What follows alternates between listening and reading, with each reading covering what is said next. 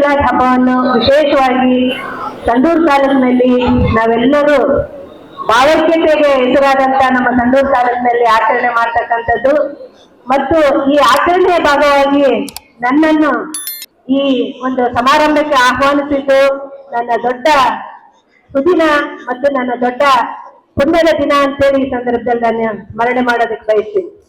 ಇಡೀ ಪ್ರಪಂಚಕ್ಕೆ ಎಲ್ಲರನ್ನು ಕ್ಷಮಿಸಬೇಕು, ಎಲ್ಲರನ್ನು ಸಹೋದರ ಭಾವದಿಂದ ನೋಡ್ಬೇಕು, ಮತ್ತೆ ಎಲ್ಲಾ ಧರ್ಮಗಳನ್ನು ಕೂಡ ನಾವು ಪ್ರೀತಿ ಭಾವದಿಂದ ಕಾಣಬೇಕು, ಮತ್ತೆ ಎಲ್ಲರೂ ಸಮಾನವಾಗಿ ಬದುಕಬೇಕು ಅಂತಕ್ಕಂಥ ಆಶಯವನ್ನು ಪ್ರವಾದಿ ಮೊಹಮ್ಮದ್ ಅವರು ಹೊಂದಿದ್ರು. ಆಗಿನ ಕಾಲದಲ್ಲಿ ಇಡೀ ಜಗತ್ತು ಗಾಢಾಂಧಕಾರದಲ್ಲಿ ಮುಳುಗೋಗಿತ್ತು. ಜಾತಿ ಸಂಘರ್ಷಗಳು, ಮತಗಳ ಸಂಘರ್ಷಗಳು ಆದಂತ ಟೈಮ್ನಲ್ಲಿ ಅಲ್ಲ, ನಿಮಗೋಸ್ಕರ ಒಬ್ಬ ಪ್ರವಾದಿನ ಕಳಿಸ್ತೀನಿ, ಈ ಗಾಢಾಂಧಕಾರವನ್ನು ಕಳೆಯೋದಕ್ಕೆ ಒಬ್ಬ ಸಂತನನ್ನು ಕಳಿಸ್ತೀನಿ ಅಂತೇಳಿ ಅವತ್ತು ಪ್ರವಾದಿ ಮೊಹಮ್ಮದ್ ಅವರನ್ನ ಈ ಜಗತ್ತಿಗೆ ಕಳಿಸ್ಕೊಟ್ರು. ಪ್ರವಾದಿಗಳು ಬಂದಾಗ ಅವ್ರಿಗೇನು ಇಲ್ಲಿ ಪ್ರಪಂಚದಲ್ಲಿ ಯಾವುದು ಸುಲಭದ ಹಾದಿ ಯಾವುದು ಇರ್ಲಿಲ್ಲ. ಅವರು ಸಾಕಷ್ಟು ಅವಮಾನಗಳನ್ನ ಅನುಭವಿಸಿದ್ರು, ನಿಂದನೆಗಳನ್ನ ಅನುಭವಿಸಿದ್ರು. ಅದನ್ನೆಲ್ಲ ಮೀರಿ ಅವರು ಈ ಪ್ರಪಂಚಕ್ಕೆ ಪ್ರೀತಿಯನ್ನ ಹಂಚೋದಕ್ಕೆ ಪ್ರಯತ್ನ ಪಟ್ರು ಮತ್ತು ಎಲ್ಲರಲ್ಲಿ ಸಮಾನತೆಯನ್ನು ಹಂಚೋದಕ್ಕೆ ಪ್ರಯತ್ನ ಪಟ್ರು ಮತ್ತು ಸಹೋದರ ಭಾವವನ್ನು ಹಂಚೋದಕ್ಕೆ ಪ್ರಯತ್ನ ಪಟ್ರು. ಆಗಿನ ಕಾಲದಲ್ಲಿ ಹೆಣ್ಮಕ್ಳು ಕೂಡ ತುಂಬಾ ಕಷ್ಟವನ್ನು ಅನುಭವಿಸತಕ್ಕಂತ ಕಾಲ ಒಂದಿತ್ತು. ಆ ಸಮಯದಲ್ಲೂ ಕೂಡ ಹೆಣ್ಮಕ್ಳಿಗೂ ಕೂಡ ಸಮಾನವಾದ ಅವಕಾಶ ಸಿಗ್ಬೇಕು ಅಂತೇಳಿ ಪ್ರವಾದಿ ಮೊಹಮ್ಮದ್ ಅವರು ಅವತ್ತು ಪ್ರತಿಪಾದಿಸಿದರು. ನಾವು ಭಾರತದಲ್ಲಿ ಹುಟ್ಟಿದಂತ ಎಲ್ಲ ಮುಸ್ಲಿಮರು ನಾವು ಏಕತೆಯನ್ನು ಕಾಣ್ತೀವಿ. ಆದ್ರೆ ನಮ್ಮ ಭಾರತ ದೇಶ ವಿವಿಧತೆಯಲ್ಲಿ ಏಕತೆಯನ್ನು ಕಾಣ್ತಕ್ಕಂಥ ವಿಶೇಷ ಪರಂಪರೆ ಇರ್ತಕ್ಕಂಥ ದೇಶ ನಮ್ದು. ಈ ದೇಶ ನಮಗೆ ಬದುಕನ್ನು ಕೊಟ್ಟಿದೆ, ಇಲ್ಲಿ ನಮಗೆ ಬದುಕುವ ಹಕ್ಕನ್ನು ಕೊಟ್ಟಿದೆ ಮತ್ತು ಎಲ್ಲರೂ ಸಮಾನವಾಗಿ ಬದುಕ್ತಕ್ಕಂಥ ಒಂದು ಅವಕಾಶವನ್ನು ನಮಗೆ ನೀಡಿದೆ. ಇವತ್ತು ನಮ್ಮ ಈ ಒಂದು ಭಾವೈಕ್ಯತೆಯನ್ನು ತಮ್ಮ ಒಂದು ಅವಕಾಶಕ್ಕೋಸ್ಕರ ಬಳಸ್ತಕ್ಕಂಥ ಸಾಕಷ್ಟು ಅವಕಾಶವಾದಿಗಳು ನಮ್ಮ ನಡುವಿದ್ದಾರೆ. ಆದ್ರೂ ಕೂಡ ನಾವು ಇದನ್ನೆಲ್ಲ ಮೀರಿ ನಾವೆಲ್ಲರೂ ಒಂದೇ ಅಂತಕ್ಕಂಥ ಭಾವವನ್ನು ಇಡೀ ಪ್ರಪಂಚಕ್ಕೆ ಸಾರ್ತಾ ಇದ್ದೀವಿ. ಅದಕ್ಕೆ ನಿಮ್ಮೆಲ್ಲರ ಸಹಕಾರ ಮತ್ತು ನಿಮ್ಮೆಲ್ಲರ ಒಗ್ಗಟ್ಟು ಕಾರಣ ಅಂತೇಳಿ ಹೇಳೋದಕ್ಕೆ ಬಯಸ್ತೀನಿ. ಇವತ್ತು ಎಲ್ಲ ಧರ್ಮ ಗ್ರಂಥಗಳು ನಮಗೆ ಬೋಧನೆ ಮಾಡೋದು ಒಂದೇ, ಬೇರೆಯವ್ರನ್ನ ಪ್ರೀತಿಯಿಂದ ಕಾಣಬೇಕು, ಎಲ್ಲರನ್ನು ನಾವು ಅಣ್ಣ ತಮ್ಮಂದರಂತೆ ಭಾವಿಸ್ಬೇಕು ಮತ್ತು ಕ್ಷಮೆ ಮತ್ತು ತ್ಯಾಗ ನಮ್ಮಲ್ಲಿ ಇರಬೇಕು ಅಂತಕ್ಕಂಥದ್ದು. ನಮಗೆ ಮಹಾಭಾರತದಲ್ಲಿ ಮತ್ತು ರಾಮಾಯಣದಲ್ಲಿ ಕೃಷ್ಣ ಮಹಾಭಾರತದಲ್ಲಿ ಅವನು ಜನ್ಮ ತಾಳಿದಾಗ ಅರ್ಜುನನಿಗೆ ಭಗವದ್ಗೀತೆಯನ್ನು ಉಪದೇಶ ಮಾಡ್ಬೇಕಾದ್ರೆ ಒಬ್ಬ ಯೋಧ ಮನುಷ್ಯ ಹೇಗೆ ಈ ಭೂಮಿ ಮೇಲೆ ಬದುಕಬೇಕು, ಅವನ ಕರ್ತವ್ಯಗಳೇನು ಮತ್ತು ಅವನ ಕಾರ್ಯಗಳನ್ನು ಏನ್ ಮಾಡಬೇಕು, ಈ ಭೂಮಿ ಮೇಲೆ ಹುಟ್ಟಿದ ಮೇಲೆ ಅವನು ಏನು ಕಾರ್ಯಕ್ರಮಗಳನ್ನು ಈ ತನ್ನ ಜೀವನದಲ್ಲಿ ರೂಪಿಸ್ಕೊಳ್ಬೇಕು ಮತ್ತು ಪರರನ್ನು ಹೇಗೆ ಕಾಣಬೇಕು, ಯುದ್ಧದ ಸಮಯದಲ್ಲಿ ಅವನು ಹೇಗೆ ತಯಾರಿ ಮಾಡ್ಕೋಬೇಕು ಅಂತಕ್ಕಂಥದ್ನ ಸೂಕ್ಷ್ಮವಾದ ಧರ್ಮ ಸೂಕ್ಷ್ಮತೆಗಳನ್ನು ಅಲ್ಲಿ ಶ್ರೀಕೃಷ್ಣ ನಮಗೆ ಇಡೀ ಮಹಾಭಾರತದ ಒಂದು ದೃಶ್ಯಕಾಲದಲ್ಲಿ ನಮಗೆ ಬೋಧಿಸ್ತಾ ಹೋಗ್ತಾನೆ. ಅದಾದ ನಂತರ ರಾಮಾಯಣದಲ್ಲಿ ರಾಮ ಒಬ್ಬ ಮಗನಾಗಿ, ಒಬ್ಬ ಸಹೋದರನಾಗಿ, ಹಾಗೆ ಒಬ್ಬ ಪತಿಯಾಗಿ ಹೇಗೆ ತನ್ನ ಜವಾಬ್ದಾರಿಗಳನ್ನು ನಿಭಾಯಿಸಬೇಕು ಅಂತಕ್ಕಂಥ ಧರ್ಮ ಸೂಕ್ಷ್ಮತೆಗಳನ್ನ ನಮಗೆ ರಾಮಾಯಣದಲ್ಲಿ ತಿಳಿದು ಬರ್ತದೆ. ಹಾಗೇನೆ ಬುದ್ಧನು ಇಡೀ ಪ್ರಪಂಚಕ್ಕೆ ನಂತರ ಬರ್ತಕ್ಕಂಥ ಬುದ್ಧಾವತಾರದಲ್ಲಿ ಇಡೀ ಪ್ರಪಂಚಕ್ಕೆ ನಾವು ಹೇಗೆ ಶಾಂತಿಯನ್ನು ಹರಡಬೇಕು, ಹೇಗೆ ನಾವು ಧರ್ಮದ ಮಾರ್ಗದಲ್ಲಿ ನಡಿಬೇಕು ಅಂತಕ್ಕಂಥದ್ದನ್ನ ಬುದ್ಧಾವತಾರದಲ್ಲಿ ತಿಳಿಸ್ಕೊಡ್ತಾನೆ. ಒಟ್ಟಾರೆಯಾಗಿ ನಿಮ್ಮ ಧರ್ಮ ಇರ್ಬೋದು, ನಮ್ಮ ಧರ್ಮ ಇರ್ಬೋದು, ಎಲ್ಲದರ ಸಾರಾಂಶ ಒಂದೇ, ಎಲ್ಲರೂ ಒಗ್ಗಟ್ಟಾಗಿ ಬದುಕಬೇಕು, ಎಲ್ಲರೂ ಪ್ರೀತಿ ವಿಶ್ವಾಸದಿಂದ ಬದುಕಬೇಕು ಅಂತಕ್ಕಂಥದ್ದು. ಅದಕ್ಕೆ ಪ್ರವಾದಿ ಮೊಹಮ್ಮದ್ ಅವರು ಯಾವಾಗ ಈ ಕ್ಲಿಷ್ಟಕರ ಪರಿಸ್ಥಿತಿಯಲ್ಲಿ ಜನ್ಮ ತಾಳಿ ಭೂಮಿಗೆ ಬಂದ್ರು, ನಮ್ಮ ಮಹಾಭಾರತದಲ್ಲಿ ಕೂಡ ಕೃಷ್ಣ ಅದೇ ಮಾತನ್ನು ಹೇಳ್ತಾನೆ.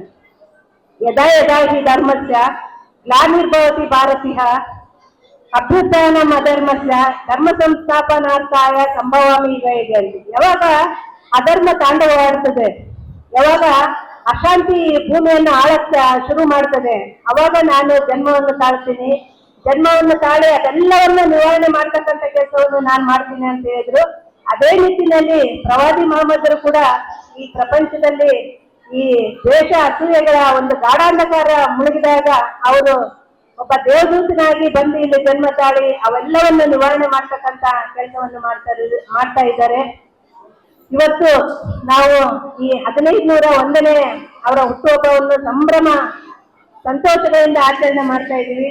ನನಗೆ ವಿಶೇಷವಾಗಿ ನಮ್ಮ ಕಂದೂರು ತಾಲೂಕಿನ ನನ್ನೆಲ್ಲ ಮುಸಲ್ಮಾನ ಬಂಧುಗಳ ಬಗ್ಗೆ ನನಗೆ ಬಹಳ ಅಭಿಮಾನ ಮತ್ತು ಗೌರವ. ಯಾಕಂತಂದ್ರೆ ನನ್ನ ತಾಲೂಕಿನ ಎಲ್ಲ ಬಂಧುಗಳು ಕೂಡ ಇವತ್ತು ನಾನು ಸೂಕ್ಷ್ಮವಾಗಿ ಗಮನಿಸ್ತಾ ಇರ್ತೀನಿ. ಪ್ರತಿಯೊಬ್ಬ ಮಗು ಕೂಡ ಪ್ರಾರ್ಥನೆಗಳನ್ನು ಮಾಡೋದು ಮತ್ತೆ ತಮ್ಮ ಧರ್ಮದ ಸಂದೇಶಗಳೇನಿದೆ ಅದ್ರ ಪ್ರಕಾರ ನಡೀತಕ್ಕಂಥದ್ದು. ಮತ್ತು ನಾನು ಇತ್ತೀಚೆಗೆ ಗಮನಿಸಿದಂತೆ ಬಹಳಷ್ಟು ಜನ ಈ ದುರಭ್ಯಾಸಗಳಾದಂತಹ ಕುಡಿತ ಮತ್ತೆ ಡ್ರಗ್ಸ್ ಇವುಗಳೆಲ್ಲದರಿಂದಲೂ ಕೂಡ ವಿಮುಕ್ತರಾಗಿ ಇವತ್ತು ಉತ್ತಮ ಸಮಾಜವನ್ನು ಕಟ್ಟುವಂತ ನಿಟ್ಟಿನಲ್ಲಿ ಇವತ್ತು ಸೇರ್ಪಡೆ ಆಗ್ತಕ್ಕಂಥದ್ದು ನನಗೆ ತುಂಬಾ ಸಂತೋಷ ಸಿಗ್ತಕ್ಕಂಥ ಕೆಲಸ. ಇದಕ್ಕೆ ನಮ್ಮ ಧರ್ಮಗುರುಗಳೆಲ್ಲರೂ ಕಾರಣಕರ್ತರು ಮತ್ತು ನಮ್ಮ ಜಮಾತ್ನ ಎಲ್ಲ ಹಿರಿಯರು ಕೂಡ ಅಷ್ಟೇ ಜವಾಬ್ದಾರಿ ಮುತುವರ್ಜಿಯನ್ನು ವಹಿಸಿಕೊಂಡು ಒಂದು ಉತ್ತಮ ಸಮಾಜ ನಿರ್ಮಾಣಕ್ಕೆ ನೀವೆಲ್ಲರೂ ಕಟಿಬದ್ಧರಾಗಿ ಕೆಲಸ ಮಾಡ್ತಕ್ಕಂಥದ್ದು ನನಗೆ ಅತ್ಯಂತ ಸಂತೋಷ ಕೊಡ್ತಕ್ಕಂಥ ವಿಷಯ. ಯಾಕಂದ್ರೆ ಒಂದು ಸಮಾಜ ಆರೋಗ್ಯವಂತ ಸಮಾಜ ಇದ್ದಾಗ ಮಾತ್ರ ನಾವು ಈ ರಾಷ್ಟ್ರಕ್ಕೆ ಒಬ್ಬ ಆರೋಗ್ಯವಂತ ಮತ್ತು ಸದೃಢ ನಾಗರಿಕನಾಗಿ ಮಾಡೋದಕ್ಕೆ ಸಾಧ್ಯ ಅಂತೇಳಿ ಈ ಸಂದರ್ಭದಲ್ಲಿ ನಾನು ನೆನೆಸ್ಕೊಳ್ಳೋದಕ್ಕೆ ಬಯಸ್ತೀನಿ. ಈ ನಿಟ್ಟಿನಲ್ಲಿ ತಾವೆಲ್ಲರೂ ವೇದಿಕೆಯಲ್ಲಿ ಇರ್ತಕ್ಕಂಥ ಎಲ್ಲ ಧರ್ಮಗುರುಗಳು ಕೂಡ ತುಂಬಾ ಜವಾಬ್ದಾರಿಯುತವಾಗಿ ನಿಮ್ಮ ಕೆಲಸವನ್ನು ಮಾಡ್ತಾ ಇದ್ದೀರಿ. ಆಮೇಲೆ ನಾನು ಸಾಕಷ್ಟು ನಮ್ಮ ಯುವ ಜನತೆಯನ್ನು ನೋಡ್ತಾ ಇದ್ದೀನಿ.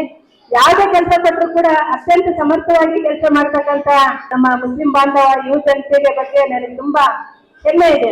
ಯಾಕಂದ್ರೆ ಯಾವುದೇ ಕೆಲಸವನ್ನು ನಾವು ಮೇಲೆ ಕೇಳು ಅಂತೇಳಿ ಬಯಸೋದಿಲ್ಲ. ನಮಗೆ ವಹಿಸಂತ ಕೆಲಸವನ್ನು ನಾವು ಜವಾಬ್ದಾರಿಯುತವಾಗಿ ಮತ್ತು ಪ್ರಾಮಾಣಿಕವಾಗಿ ಮಾಡ್ತಕ್ಕಂಥ ನನ್ನ ಎಲ್ಲ ಮುಸ್ಲಿಂ ಸಹೋದರ ಯುವ ಜನತೆ ಮತ್ತು ನನ್ನ ಯುವ ಸಹೋದರರಿಗೆ ನಾನು ಶುಭ ಹಾರೈಕೆಗಳನ್ನು ತಿಳಿಸ್ತೀನಿ. ಹಾಗೇನೆ ಈ ಒಂದು ಉತ್ತಮ ಸಮಾಜ ಕಟ್ಟುವಲ್ಲಿ ಮತ್ತು ಈ ಭಾವೈಕ್ಯತೆ ಮೆರೆಯುವುದರಲ್ಲಿ ನನ್ನೊಂದಿಗೆ ಕೈ ಜೋಡಿಸಿದಂತ ಎಲ್ಲ ಧರ್ಮಗುರುಗಳಿಗೆ ಮತ್ತು ಜಮಾತ್ನ ಎಲ್ಲ ಹಿರಿಯರಿಗೂ ಕೂಡ ನಾನು ಈ ಸಂದರ್ಭದಲ್ಲಿ ಅವ್ರಿಗೆ ಕೃತಜ್ಞತೆಗಳನ್ನು ಹೇಳೋದಕ್ಕೆ ಬಯಸ್ತೀನಿ. ಯಾಕಂದ್ರೆ ಒಂದು ತಾಲೂಕಿನಲ್ಲಿ ಒಬ್ಬರಿಂದ ಸಾಧ್ಯ ಇಲ್ಲ. ಈ ಭಾವೈಕ್ಯತೆಯನ್ನು ಮೆರಿಬೇಕಾದಂಥದ್ದು, ಈ ಭಾವೈಕ್ಯತೆಯನ್ನು ಮುಂದುವರಿಸ್ಕೊಂಡು ಹೋಗ್ತಕ್ಕಂಥದ್ದು ಬರೀ ಒಬ್ಬ ಧರ್ಮಗುರುಗಳಿಂದ ಸಾಧ್ಯವಾದಂತ ಕೆಲಸ ಅಲ್ಲ, ಮತ್ತೆ ಒಬ್ಬ ರಾಜಕೀಯ ಮುಖಂಡರಿಂದ ಇದು ಸಾಧ್ಯವಾಗ್ತಕ್ಕಂಥ ಕೆಲಸ ಅಲ್ಲ.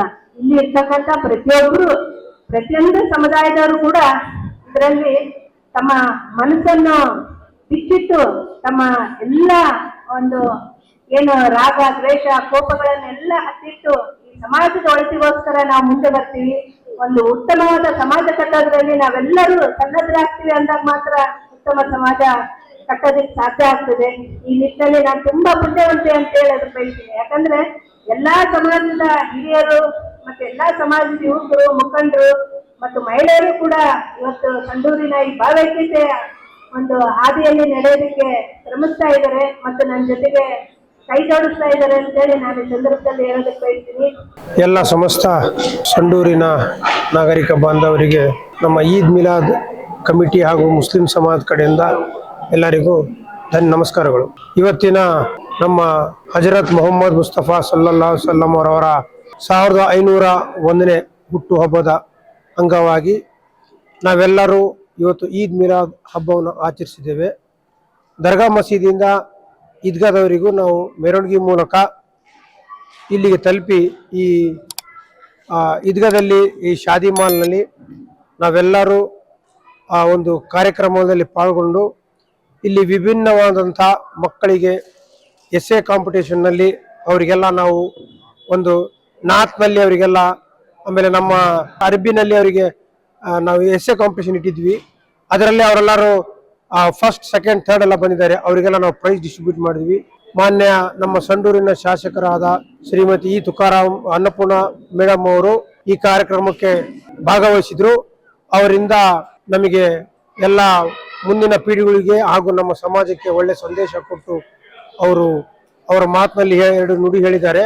ಅದೇ ರೀತಿ ನಾವೆಲ್ಲ ಈ ಈದ್ ಮಿಲಾದ್ ಕಮಿಟಿಯ ಎಲ್ಲ ನಮ್ಮ ಸದಸ್ಯರುಗಳು, ಅಧ್ಯಕ್ಷರು ಹಾಗೂ ಎಲ್ಲ ಪದಾಧಿಕಾರಿಗಳು ಈ ಕಾರ್ಯಕ್ರಮ ಬಹಳ ಅಚ್ಚುಕಟ್ಟಿನಿಂದ ಮಾಡಿದ್ದಾರೆ, ಶಾಂತಿಯುತಿಯಿಂದ ಮಾಡಿದ್ದಾರೆ. ಸಂಡೂರಿನಲ್ಲಿ ಸೌಹಾರ್ದತೆಯಿಂದ ನಾವೆಲ್ಲ ಈ ಹಬ್ಬನ ಆಚರಣೆ ಮಾಡಿದ್ದೀವಿ.